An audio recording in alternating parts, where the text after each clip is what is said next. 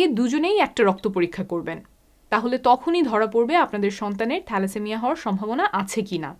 রক্ত পরীক্ষার নাম আমি এখানে দেখিয়ে দিচ্ছি। একটা পরীক্ষায় ১,৫০০ টাকার মতো পড়বে। একটু বেশি মনে হতে পারে, তবে ভবিষ্যতের কথা চিন্তা করলে এটা কিন্তু খুব বেশি না। পরীক্ষা করলে কেমন ফলাফল আসতে পারে? মোটা দাগে ৩ ধরনের ফলাফল আসতে পারে। ১, দুজনের একজনেরও রক্তে কোনো সমস্যা নাই। এমন ফলাফল আসলে বাচ্চার থ্যালাসেমিয়া হওয়া নিয়ে দুশ্চিন্তার প্রয়োজন নাই। ২, দুজনের মধ্যে একজনের থ্যালাসেমিয়া মাইনর ধরা পড়লে। এই ক্ষেত্রেও বাচ্চার থ্যালাসেমিয়া হওয়া নিয়ে দুশ্চিন্তার প্রয়োজন নাই, তবে সন্তানের থ্যালাসেমিয়া মাইনর হওয়ার ৫০% সম্ভাবনা থাকে। অর্থাৎ বাচ্চা অসুস্থ হবে না, কিন্তু সে থ্যালাসেমিয়ার বাহক হতে পারে। অর্থাৎ প্রথম ২ ধরনের ফলাফলে দুশ্চিন্তার প্রয়োজন নাই। এখন আসি তৃতীয় ধরনের ফলাফলে, দুইজনের থ্যালাসেমিয়া মাইনর ধরা পড়লে। এই ক্ষেত্রে বাচ্চার থ্যালাসেমিয়া নিয়ে জন্মানোর সম্ভাবনা আছে। কতটুকু? ২৫%। আর ২৫% সম্ভাবনা একদম স্বাভাবিক সন্তান হওয়ার, ৫০% সম্ভাবনা থ্যালাসেমিয়া মাইনর নিয়ে জন্মানোর। অর্থাৎ এই ধরনের ফলাফল আসলে ভাবনা চিন্তার ব্যাপার আছে। প্রত্যেক প্রেগন্যান্সিতেই বাচ্চা থ্যালাসেমিয়া নিয়ে জন্মানোর সম্ভাবনা ২৫%। এই তথ্য বিবেচনায় নিয়ে সিদ্ধান্ত নিতে হবে যে এই দুজনে বিবাহ বন্ধনে আবদ্ধ হবেন কিনা, হলেও সন্তান নেবেন কিনা। আর সন্তান যদি থ্যালাসেমিয়া নিয়ে জন্মায়, সেক্ষেত্রে আগে থেকেই মানসিক আর্থিক প্রস্তুতি নেওয়ার, যা আমাদের লিভারে গুরুতর সমস্যা সৃষ্টি করতে পারে, ক্যান্সার পর্যন্ত হতে পারে। কিন্তু যাদের শরীরে এই ভাইরাসটা বসবাস করছে, তারা অনেকেই জানেন না যে তারা এই ভাইরাসে আক্রান্ত। ফলে নিজের অজান্তেই তারা অন্য মানুষের মাঝেও এই ভাইরাস ছড়িয়ে দিতে পারেন। সুরক্ষা ছাড়া সহবাস করলে একজন থেকে আরেকজনের শরীরে এই ভাইরাস ছড়াতে পারে। অর্থাৎ স্বামী স্ত্রীর মধ্যে সহজেই এই ভাইরাস ছড়াতে পারে। তাই বিয়ের আগেই দুজনেই এটা পরীক্ষা করে নিতে পারেন। একজন আক্রান্ত হলেও আরেকজনে যাতে না ছড়ায়, সেই সতর্কতাগুলো তখন নেওয়া যাবে। কোন পরীক্ষা করাবেন দেখিয়ে দিচ্ছি। দুজনেরই পরীক্ষা নেগেটিভ আসলে তো কোনো দুশ্চিন্তা নেই, তবে ভবিষ্যতেও সুরক্ষিত থাকার জন্য হেপাটাইটিস বি টিকা নিয়ে নিতে পারেন, যদি আগে থেকে নেওয়া না থাকে। ২০০৩ সালে বাংলাদেশি শিশুদের এই টিকা দেওয়া শুরু হয়, তাই আপনার জন্ম তার আগে হলে আলাদা করে টিকা প্রয়োজন হতে পারে। যদি একজনের কারো পরীক্ষা পজিটিভ আসে, তখন আপনার চিকিৎসক আরও কিছু পরীক্ষা করতে দিবেন যাতে সঠিক চিকিৎসা দেওয়া যায়।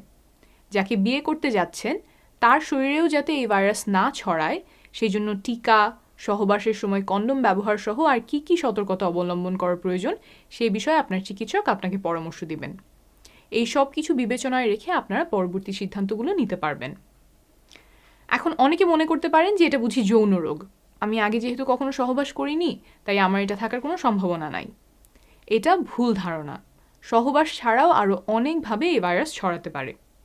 কিভাবে একজন থেকে আরেকজনের শরীরে এই ভাইরাস ছড়ায়? আক্রান্ত ব্যক্তির রক্তে, বীর্যে, সাদাস্রাব ইত্যাদিতে এই ভাইরাস থাকে। তাই আক্রান্ত ব্যক্তির সাথে একই ব্লেড, রেজার বা টুথব্রাশ ব্যবহার করলে, একই সুই ব্যবহার করলে, যেমন নাক বা কান ফুটো করার সময়, একই ইনজেকশন ব্যবহার করলে, এমন হাসপাতালে বা ক্লিনিকে চিকিৎসা নিলে যেখানে যন্ত্রপাতি ভালোভাবে জীবাণুমুক্ত করা হয় না, রক্ত আদান প্রদানে, সুরক্ষা ছাড়া সহবাসের মাধ্যমে এবং জন্মের সময় মা থেকে শিশু শরীরে এই ভাইরাস ছড়াতে পারে। অবশ্য এখন রক্ত দেওয়ার আগে প্রায় সব জায়গাতেই দেখে নেওয়া হয় রক্তে এই ভাইরাস আছে কি না। অর্থাৎ সহবাস ছাড়াও আরও অনেকভাবে এটা ছড়াতে পারে। আপনার অজান্তে আপনিও আক্রান্ত হয়ে থাকতে পারেন। সেটা আগে আগে জেনে নিলে আপনার এবং সিও এক ধরনের ভাইরাস যা লিভারের অনেক ক্ষতি করতে পারে। এটা ছড়ায় সাধারণত রক্তের মাধ্যমে। একই সুই বা ইনজেকশন ব্যবহার করলে যাতে আক্রান্ত ব্যক্তির রক্ত লেগে থাকতে পারে, চিকিৎসা যন্ত্রপাতি ঠিকমতো জীবাণুমুক্ত না করলে এই ভাইরাস ছড়াতে পারে। লিভার অনেকটুকু নষ্ট হওয়ার আগ পর্যন্ত সাধারণত কোনো লক্ষণ দেখা যায় না। অর্থাৎ অজান্তেই অনেকে এই ভাইরাসে আক্রান্ত হয়ে থাকতে পারেন এবং অন্যদের মাঝে ছড়াতে পারেন। সুরক্ষা ছাড়া সহবাসের মাধ্যমে এবং মা থেকে সন্তানের শরীরে এই ভাইরাস ছড়াতে পারে, যদিও এইভাবে ছড়ানোর সম্ভাবনা খুব কম। তবে কম হলেও যেহেতু একটা সম্ভাবনা আছে স্বামী স্ত্রীর মধ্যে ছড়ানোর এবং মা থেকে সন্তানে ছড়ানোর, তাই পরীক্ষা করিয়ে নেওয়াই শ্রেয়। এই পরীক্ষাটা করে নিতে পারেন। খরচ পড়তে পারে ১ থেকে ১,৫০০ মতো। পজিটিভ আসলে আপনার চিকিৎসক আরও কিছু পরীক্ষা করাতে বলবেন কনফার্ম হওয়ার জন্য এবং সেই অনুযায়ী চিকিৎসা প্রদানের জন্য। হেপাটাইটিস সি চিকিৎসা করলে সম্পূর্ণরূপে ভালো হয়ে যেতে পারে। আর আপনার কাছ থেকে আপনার পার্টনারের শরীরে এই ভাইরাস যাতে না ছড়ায়, সেই জন্য চিকিৎসকের পরামর্শ অনুযায়ী যথাযথ সাবধানতা অবলম্বন করতে হবে। জানেন, আক্রান্ত ব্যক্তির সাথে সহবাসের মাধ্যমে সাধারণত এটা ছড়ায়।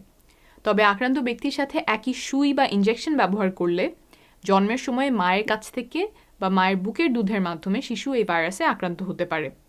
অনেকের ক্ষেত্রে বহু বছর ধরে এই এইচআইভি ভাইরাসের কোনো লক্ষণ নাও থাকতে পারে, আর সেই সময়ে অজান্তে একজন থেকে আরেকজনে এই ভাইরাস ছড়াতে পারে, স্ত্রী থেকে স্বামীতে, স্বামী থেকে স্ত্রীতে, স্ত্রী থেকে সন্তানে ইত্যাদি। তাই পরীক্ষা করে নেয়াই শ্রেয়। কোন পরীক্ষাটা করাবেন স্ক্রিনে দেখতে পাচ্ছেন। 600 থেকে 1000-এর মতো খরচ পড়তে পারে। পজিটিভ আসলে চিকিৎসার জন্য ওষুধ শুরু করতে পারবেন, যা আপনার রক্তে ভাইরাসের পরিমাণ কমিয়ে আনবে। কয়েক মাসের মধ্যেই ভাইরাসের পরিমাণ এতটাও কমে যেতে পারে যে আপনি এটা আর কাউকে ছড়াতে পারবেন না। সেক্সুয়ালি ট্রান্সমিটেড ইনফেকশনসে ভোগেন কিন্তু জানেন না, শুধুমাত্র টেস্ট করার পরেই ধরা পড়ে। কিন্তু অনেকেরই যেহেতু কোনো লক্ষণ থাকে না, ফলে টেস্ট করা হয় না, চিকিৎসাও হয় না।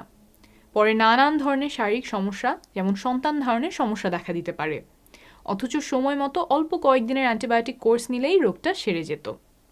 এই 4টা কমন যৌনবাহিত রোগ পরীক্ষা